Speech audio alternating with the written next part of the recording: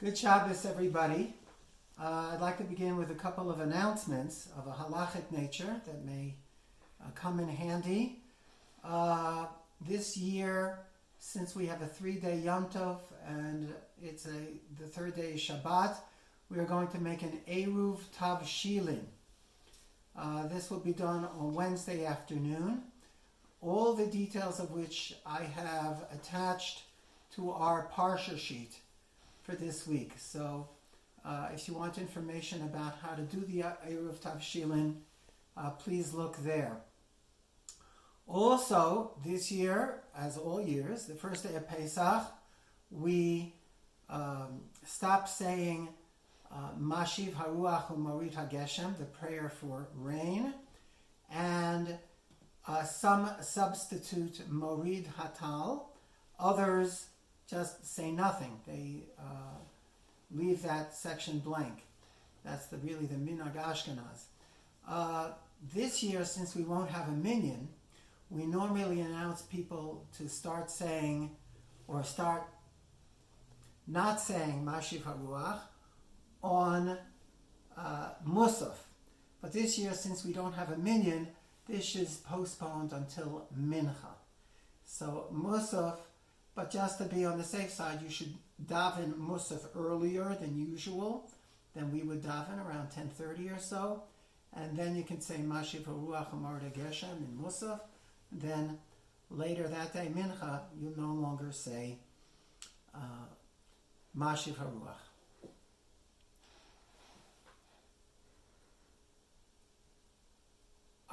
Also Wednesday afternoon, towards evening, obviously we light candles at 7:13 this year. However, even though we light early, the Seder should not begin before 8:04 p.m.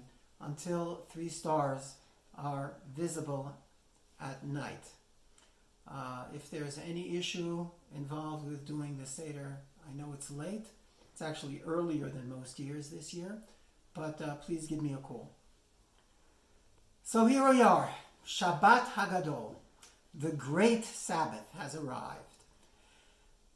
However, I must admit that for me, every Shabbat is a Shabbat Hagadol, as I'm sure it is for most of you.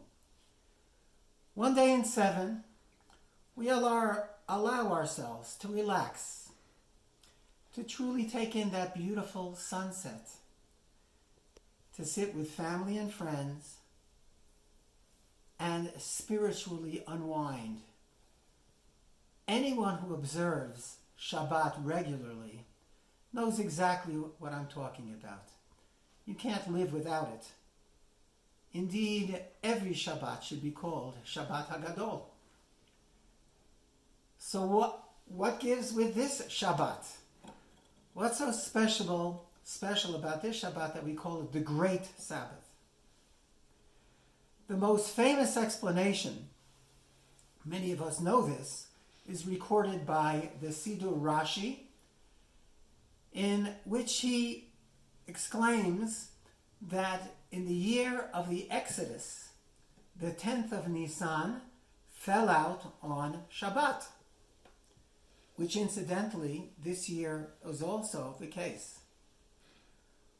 On that Shabbat, the children of Israel were commanded to, in quotes, take for them every man a lamb according to the house of their fathers.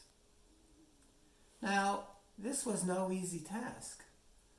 As we know, livestock was worshipped in ancient Egypt.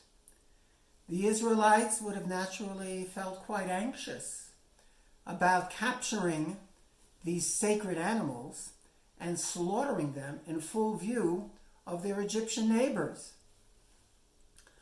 However, there was no cause for concern. Moshe assured the people that by fulfilling the commandment of God, no harm would come to them.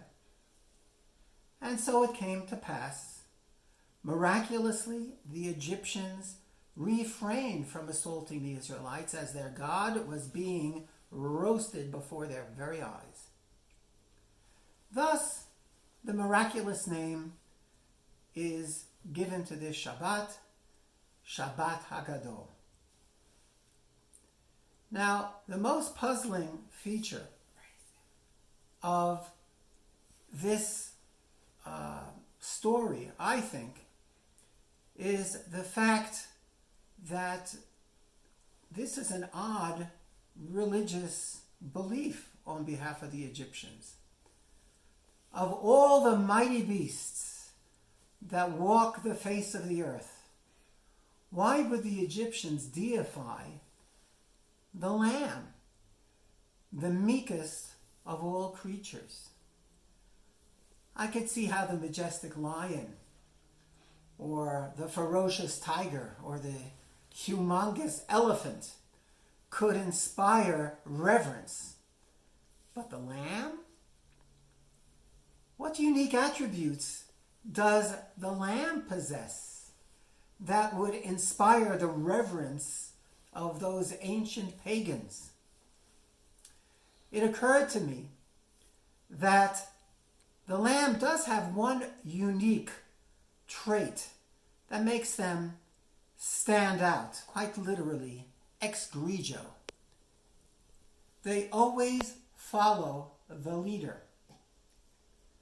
All a shepherd has to do is pull a single sheep in a certain direction, and the entire flock will follow.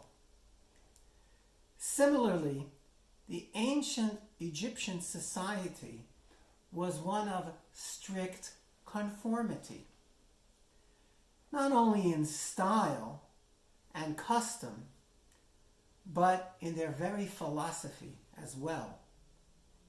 You see, the Egyptian society was marked by strict class distinction. They believed that most men were created to serve higher authorities. The best chance of survival was complete conformity. Serve your human taskmasters and you'll survive. There were many levels of authority in Egypt, and everybody knew that the base of the pyramid, the lowest of the low, were the lowly Israelite slaves. Philosophically, Egyptians were complete determinists. That is, they believed that no one can challenge destiny. Even their leaders, their mighty pharaohs, were ultimately subservient to their myriads of oracles and soothsayers. And even in death, a pharaoh followed his set path down the river Duat into the underworld. Their model was the lamb. The lamb is not concerned about its future, doesn't care about its past. The lamb just trusts the lamb in front of it, and that the first lamb will follow that shepherd who will escort him to greener pastures, and thus he mindlessly follows his master, even if it is ultimately to the slaughterhouse. For the ancient Egyptians, that was a commendable mentality. The Egyptians appreciated this philosophy because it absolved them from taking any initiative, and it relieved them from any sense of responsibility toward their fellow man. Ultimately, however, this philosophy denuded the individual from the possibility of ever achieving any form of greatness or majesty. When the Israelites took those lambs, which the Egyptians had fed and pampered and festooned with gold and silver rings, and openly proclaimed that they were taking them to the Paschal meal, the Egyptians were dumbstruck. They did not strike out against the Israelites. They were incapable of it.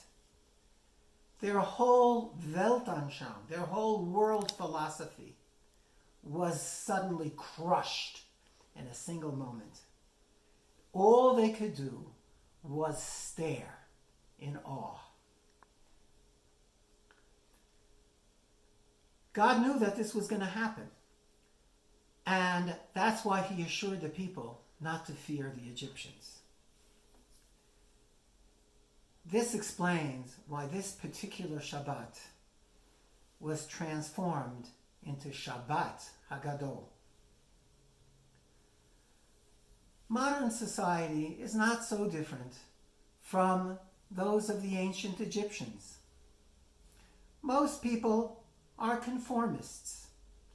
They are comfortable seeking immediate gratification and blindly following the masses, ultimately without leaving much of a mark on the world. They are like the lamb who cannot conceive that even a single individual can change the world for the better. The lesson of Shabbat Hagadol, therefore, is that we are all Gidolim. We are all great and majestic.